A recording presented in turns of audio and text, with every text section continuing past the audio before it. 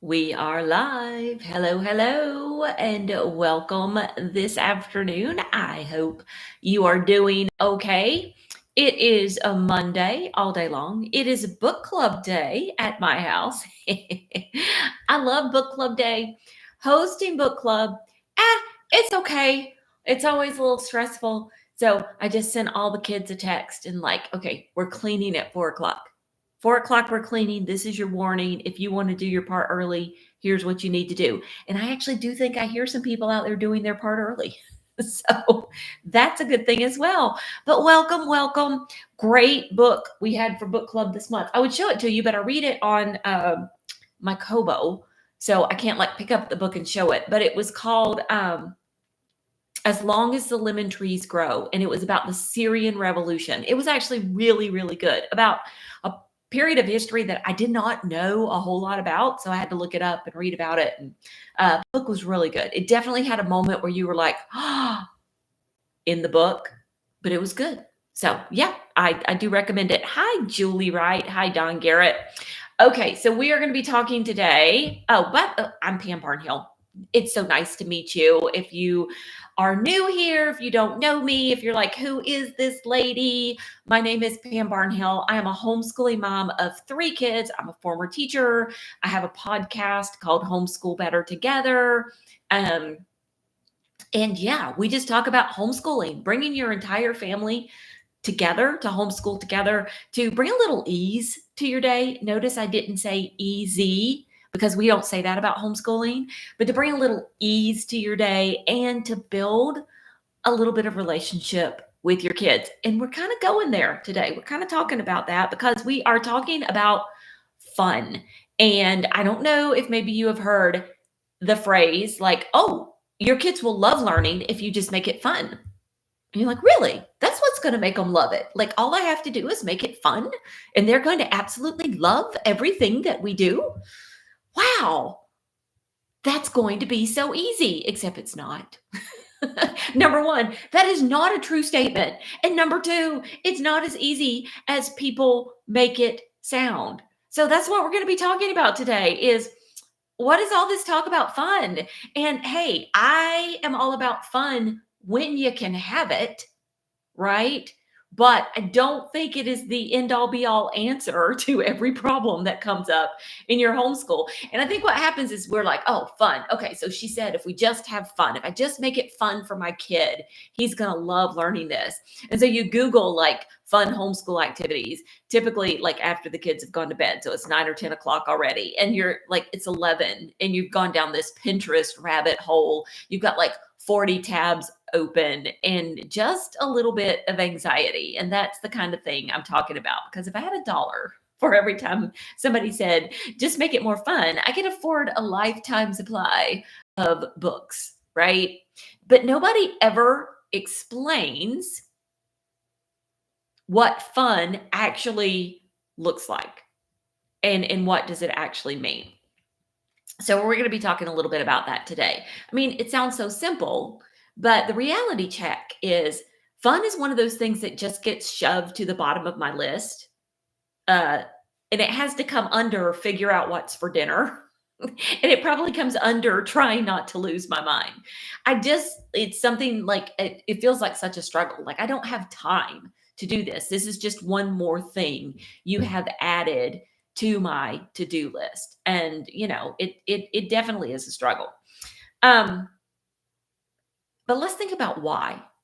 What are the problems with saying, oh, well, let's just make it a little bit fun? Well, first of all, nobody volunteers what it is you're supposed to take out of your life to make room and make time for all this fun stuff you're supposed to be putting into your life. I mean, your day, if it's anything like mine, is probably already full.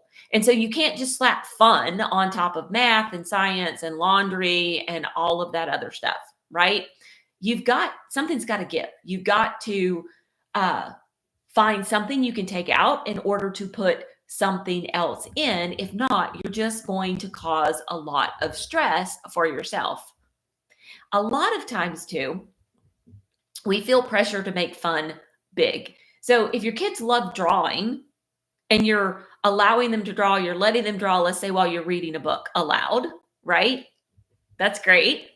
But then you start thinking, oh, but I'm supposed to be making this fun. So we can't just draw. We've got to do something really big, like, paste the paper underneath the table and give everybody paint and let them crawl under there and paint the paper like they're Michelangelo in the Sistine Chapel, right? Yeah, that's not going to be a recipe for disaster at all. And it might be something that you do, but it also might be something that you dread. And so if you build up this big expectation in your head, it really does start to feel like one more thing I've got to check off of my list. And then the third thing is you start dreading it. You don't even want to do it. You're exhausted even thinking about it.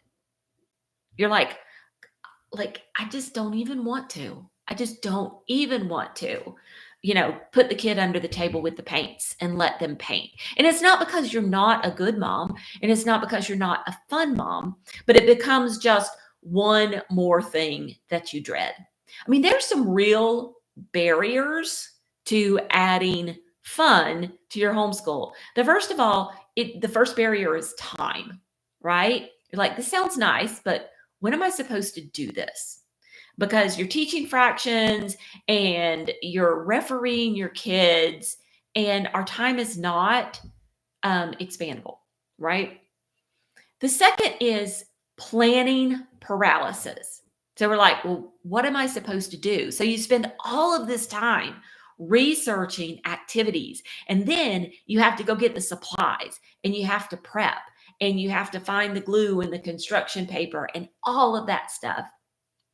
And then sometimes, even after we've done all of that, even after we've made time in our calendar, even after we found all the supplies and we figured out exactly which activities we're going to do, the joy gets sucked out of it because we find ourselves falling into a comparison trap.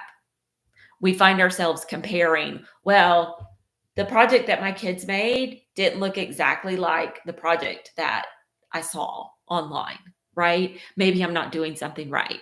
Maybe my kids aren't skilled enough.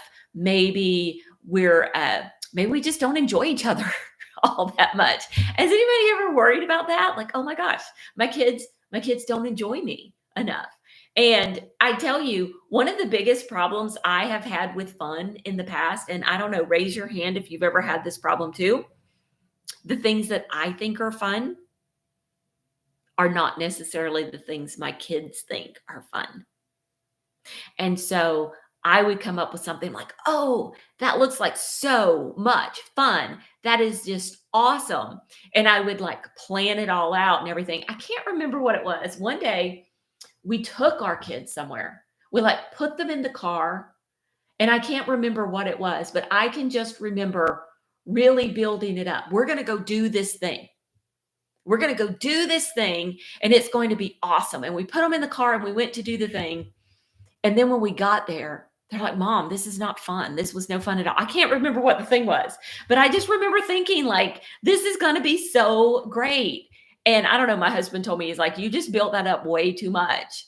And like, so sometimes my idea of fun and their idea of fun are two totally different things. Two totally different things.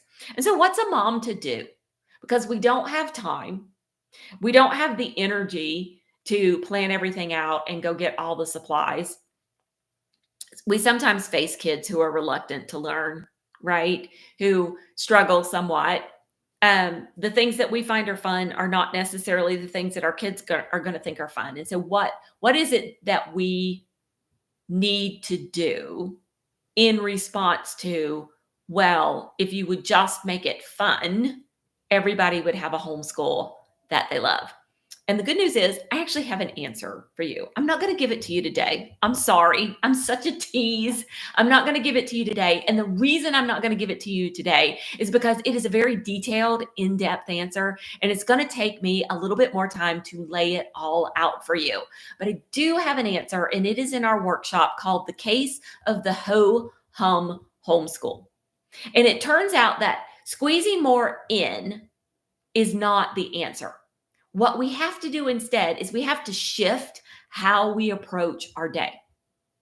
There is a way to bring back like curiosity and joy in your homeschool. And I always say we should focus more on joy and not on fun so much, because we can bring back some joy in our homeschool without sacrificing our sanity, or without, having to buy a bunch of supplies and stuff like that, without having to spend hours. You don't have to be a Pinterest mom. You don't even have to be particularly organized or have a great craft area to make this happen. You can make this happen in other ways. And we actually will lay out the answer for you on how to do this. And you're going to find that there are some small tweaks that you can make that really do unlock the biggest joy in your homeschool. And I lay it all out for you in the workshop. The workshop is absolutely free. It is next Tuesday, August 5th. Did those words just come out of my mouth? August. Cannot believe it. But we're going to be doing it Tuesday afternoon, August 5th at 3 p.m. Central Time. Now, Dawn's going to drop a link so you can register. It's pambardenhill.com/ho-hum, all one word. You can go over there and register for the workshop, and you'll get a link where you can either just watch, or if you would like to comment during the workshop and take part of the conversation, you can register. It'll send you some reminders, and then you can show up and chat with us during the workshop. There will be a few hundred people there. It will be so much fun. We always have a great crowd at these workshops, and some moms who really show up and bring the goods. They have solutions and can talk to you. But I'm going to be sharing in there 3 kind of surprising clues as to why your homeschool might feel blah, and some easy, doable ways to bring back delight, connection, joy, and even just a little bit of fun to your homeschool. Because you don't need more stuff to print. You don't need anything to laminate. You don't need to break out the glitter. God help us all. We don't need to do that. You just need to make a few shifts, and that is going to make everything more joyful and more, a little bit easier. Okay, I said it. I said easier. I think it does. I think it does make things easier. Definitely more ease. So do come to pambardenhill.com, grab /ho-hum, and just sign up. And I would love, love, love to see you there. This is such a great workshop. We always have fun. We've done it before. We always have fun when we do it. And there will be a replay available. If you register, you'll get a replay until August 15th. So yeah, we do love this workshop, because this is one of the really good ones. That's just it's actionable and it's helpful. And so we would just love to see you there.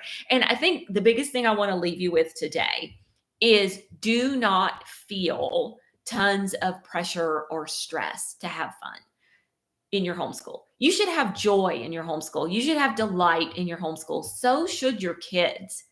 But don't feel like you've got to bend yourself into a pretzel to make everything fun, because that's just going to cause more problems, create more problems than it helps to solve. And so let's focus on delight, joy, and relationships in our homeschool instead. And I would love to help you do that at the Ho-Hum Homeschool Workshop.